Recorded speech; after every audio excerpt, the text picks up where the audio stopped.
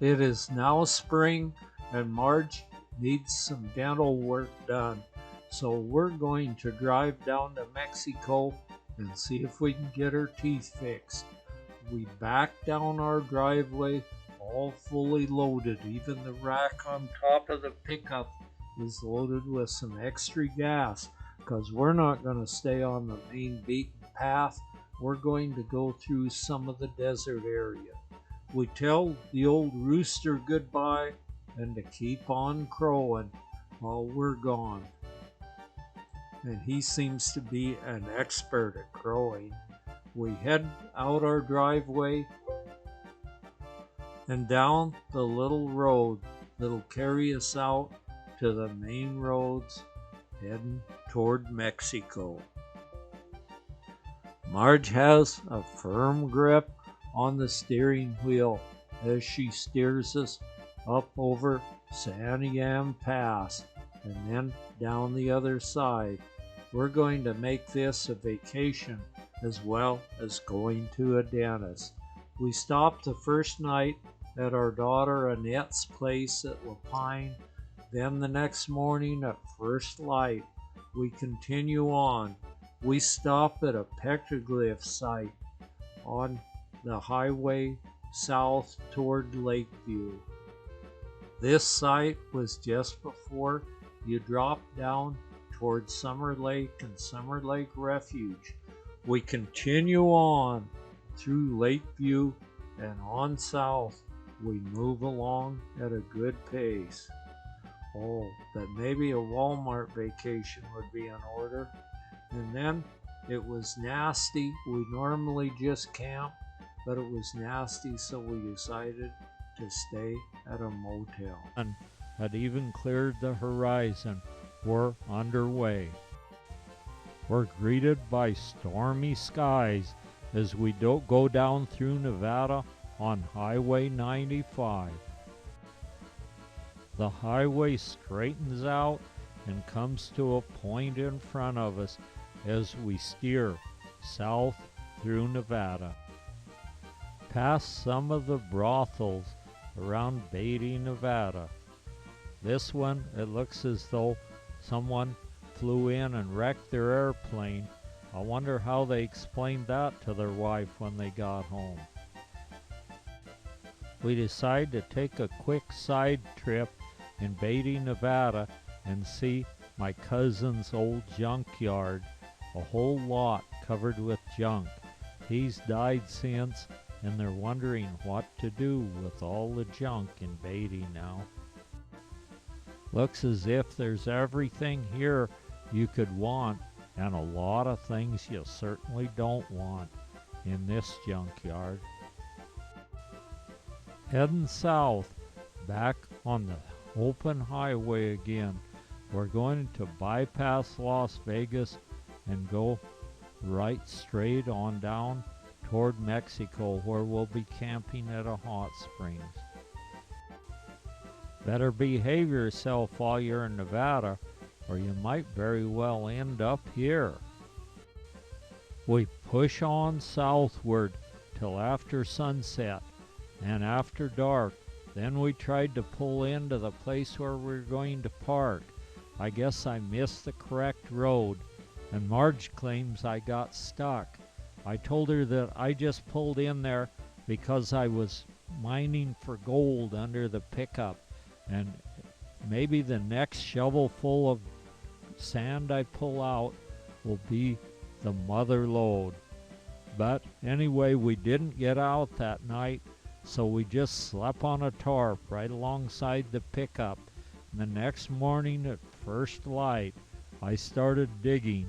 We had a couple old tarps we laid out to sleep on, and then I laid the tarps under the wheel, dug all the sand out from underneath the vehicle and behind the wheels, and put it in gear, and it just idled right smack out of the predicament. Those tarps work well to lay out on the bad spots in the sand. It just keeps the sand from spreading out and keeps you from sinking in. And so we got out real easily when we got that fixed.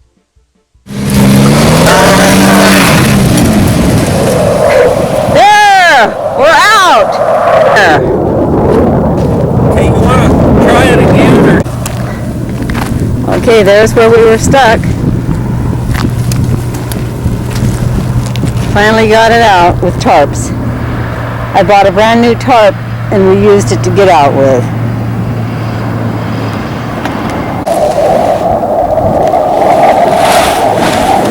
There's. Well, we're done with our little adventure that lasted about 12 hours. You like being stuck? I didn't. Why didn't you? Wasn't it fun? No, it wasn't. You didn't like being stuck? No, I didn't. That was in the Imperial Dunes. Right. Now that we've freed ourselves from the clutches of the Imperial Dunes, it's time for a little celebration. Marge doesn't seem to want to talk about being stuck though, but we're going to go in Five Palms Hot Springs and wash a little of that sand off from us. We'll just spend the rest of the day relaxing and setting up camp. Mexico can wait till tomorrow.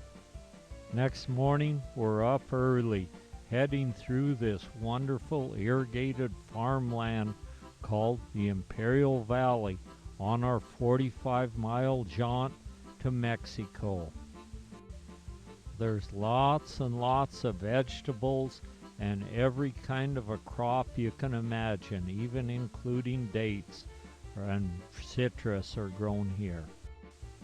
And giant feedlots with thousands of Holstein cattle being fattened up for market.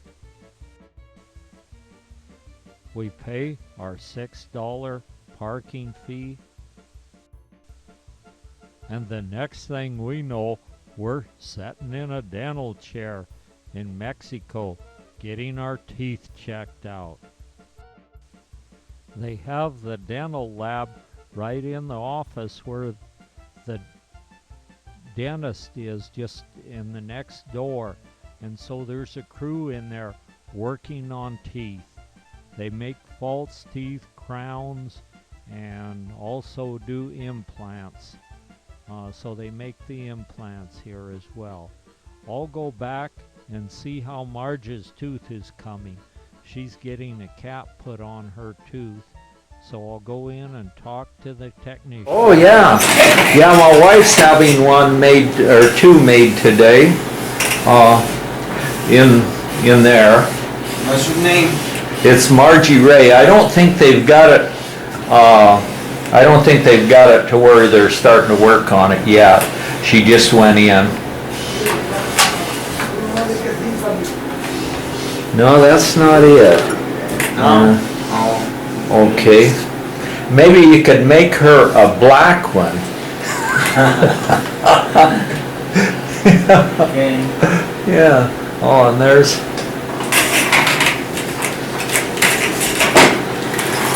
It's ready to go. Hello, my friend. Good morning. My name is Pepe. I'm still here, eh? Hey, Chipito, I want you to say hi to the camera too, my friend. Here, Pepe in the house. Yeah. This is Idlewood. This is real Idlewood for Hermosillo, Sonora, my friend. Yeah. Yeah. What's your name? Tomato.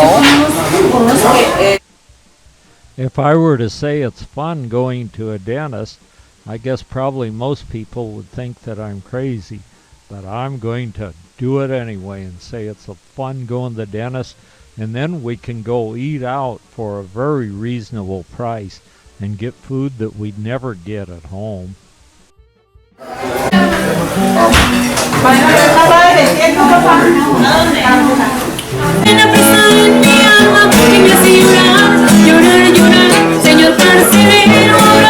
What kind of wood are you using? Or is it briquettes? Yeah. Looks good. Through the sand dunes and back to our campsite again. We got part of it done today, but we have to go back again tomorrow. The sunsets were second to none here in the Imperial Sand Dune area.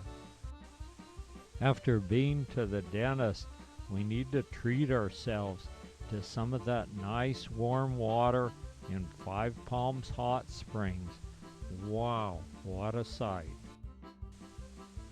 Early the next morning, we're underway back to Mexico to get Marge's dental work done. I go back into the lab and it looks like these guys are having fun.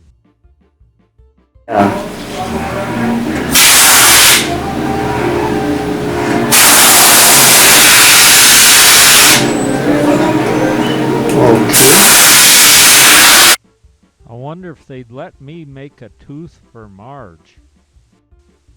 Guess not, since he's already just about got it finished. Maybe next time.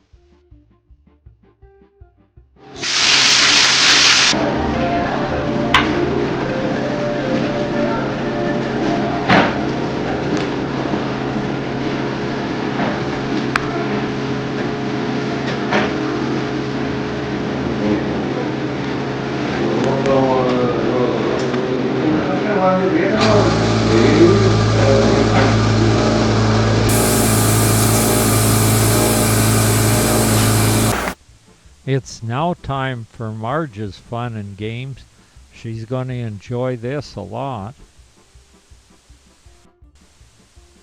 Looks like they're about done and she's approving. They give her a mirror to look at and she... That's fine. We all have the same habit.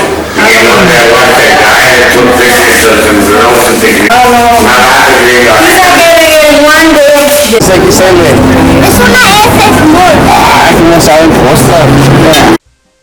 After chatting with the locals and doing a little bit of shopping, it's time for us to head back to where we're camped.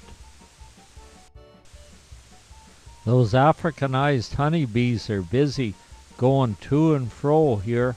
I was thinking a little bit of nice honey would have tasted good, but I guess not with these guys, the reputation they've got. The locals say they aren't as bad as what their reputation says they are, but just the same, I think I'll pass on that honey. Nature's life and death struggle is going on right in front of us. The antlion throws gravel up to stun the ant and also make it so he can't crawl out.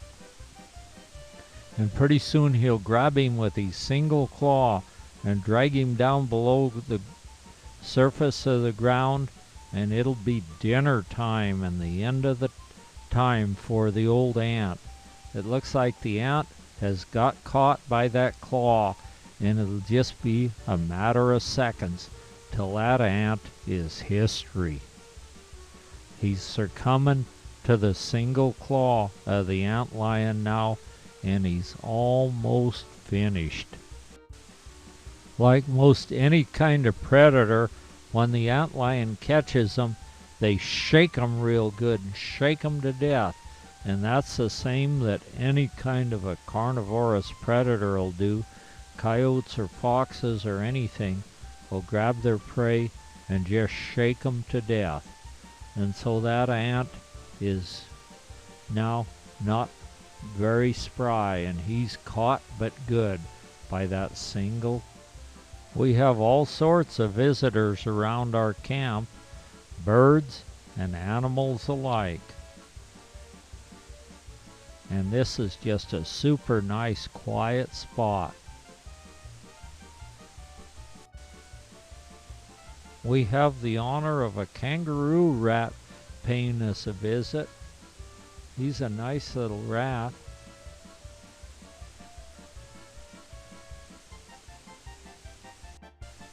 And what good does it do to have a rat without a little kit fox to chase him?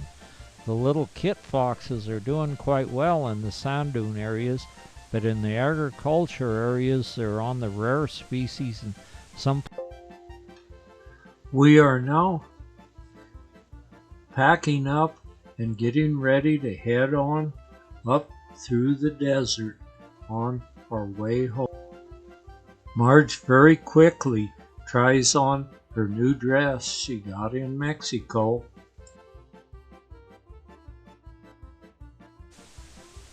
Past all the agriculture land and the date palms and more palms growing, and lots of citrus and vegetables of any kind in this great fertile Imperial Valley. Just truckloads and truckloads of food are grown here. We cross over a rather steep mountain pass, quite high altitude, and see the Joshua trees are getting ready to bloom. What a sight. Elevations to add beauty and charm to the high altitude, and particularly at sunset. Nearby ranchers have a permit to raise cattle on the desert, and some of this area can only be grazed once every 4 years, but the cattle come out fat and sassy. These cattle graze over totally thousands of acres of desert country. We are now starting our descent down into a valley so big you can hardly see the end of it, and that is the sun is setting low in the sky by the time we get to where we can see this giant valley, sort of a hazy condition, but there's no doubt about it, it's a huge valley. Going to get together and go on a hike out across the desert. Of course, there are lizards every place you look. Our hike will take us up a very badly eroded out road where we have to walk. I don't want to take my vehicle in that rough a road conditions. Recent very violent thunderstorms have raised havoc with the road. Our first stop will be an old Erastus site. This is some of the boulders that they drug around and around in a circle with a burro to grind the ore up to where they could pan it. The Erastus itself is in quite good shape. I see someone has stole one of the rocks out of the bottom of it in recent times, but it looks like it could be fixed up and still would work. A post went in the center, and then a burro would right in the center, and a burro would walk around and around and around, dragging these two big boulders to grind the ore fine enough it could be panned or sluiced. Does that feel real smooth? Oh yes. And that's granite. And then the holes were here to attach it. And I think the way they do that, they'd put a cable in there, in the hole, and pour lead around it. This entire area was one huge early American village site. We think it might have been. From on top the rock, we can see where there have been literally thousands of their Wikiac circles. They're barely visible now due to recent erosion, but you can still see some of them. A little stream trickles down through the site, which gave life-giving water to the village. And of course, there are lizards running all over, and a little rattlesnake weed is growing up with its little bloom. Then we go to the petroglyph site, and we see a pictograph, which is dated. That's Seldom Seen Slim, and he's painted on the rock. Then we find the petroglyphs, a monkey is standing tall on one of the rocks. And then the woolly mammoth is on another rock. Another one is a mountain sheep running like crazy. All those legs under it really carry it along fast, and lots of mountain sheep. A mountain sheep laid out for slaughter, a really excellent one on one of the rocks. Oh wow. Even with all the salt content and everything? Oh, Well, I'm loving this bighorn sheep. we It's so think cute. that since the lake has shrunk to be so small, that it got a lot more salty than it was. Then we see what is probably a self-portrait, the two great hunters, and it looks like they're three-legged guys. That was probably the way they wanted to be, not the way they really were. And then a lot of images of the sun and medicine wheels grace the rocks. Where the black oxides on the rocks, it was really easy. And then they've increased in numbers. And they're very gentle too. In the cliffs above us, we've spotted our first raven's nest. The ravens will build a stick nest and then use the same nest year after year, just repairing it and relining it with things they find around camp. They like to harvest burrow hair right off the live burrows. They'll set right on them and reach back and pick them almost bald just to get the hair to line their nest. And they materials. And here they come. We'll just sit still and try not to disturb them at all.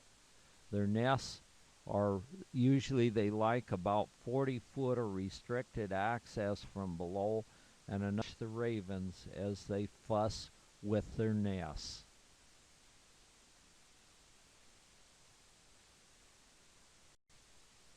We can see the ravens starting to move in by now. They're going to work on their nests a little bit right while we watch. A few wildflowers, more of the desert gold flowers. Then above us comes a raven riding a thermal, and he'll set on top of a rock up a little higher, look around for a while to decide we're okay. And then when he decides we're okay, he's got work to do on that nest, and he better get on with it. He'll move down to the nest. A pair of them got in the nest and worked on it for a while. Then they got out and sat and preened each other. Some of the nests had washed out in recent times, but they wasted no time rebuilding them again, and there they are, a pair in the nest, and they're inspecting each other's work, and apparently it met with their approval. They'll be laying eggs for too terribly long now that they've got their nests rebuilt, but unfortunately we won't be here to see them feeding their young and things.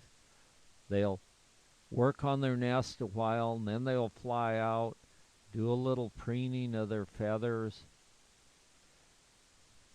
and get together just to show their affection for each other. I guess you might call this a couple of lovebirds.